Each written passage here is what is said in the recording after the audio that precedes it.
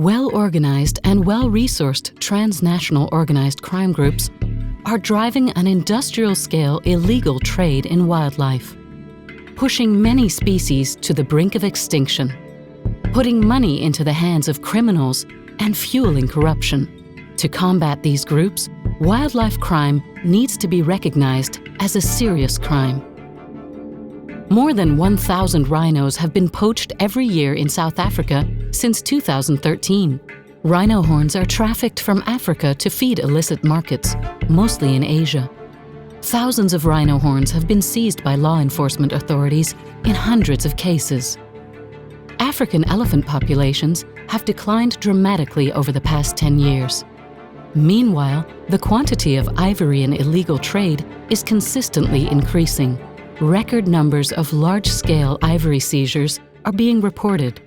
More than 1 million pangolins were poached in the last decade, making it the most trafficked mammal in the world. As Asian pangolins become rarer, traffickers are increasingly turning to African species.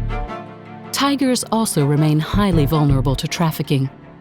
As wild populations disappear, tiger farms are increasing across Laos, Thailand, and Vietnam.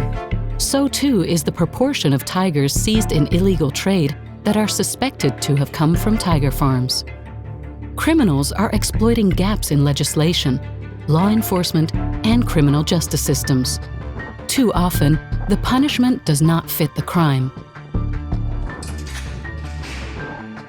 UNODC and CITES are working with countries in Southeast Asia and South Asia to close these gaps.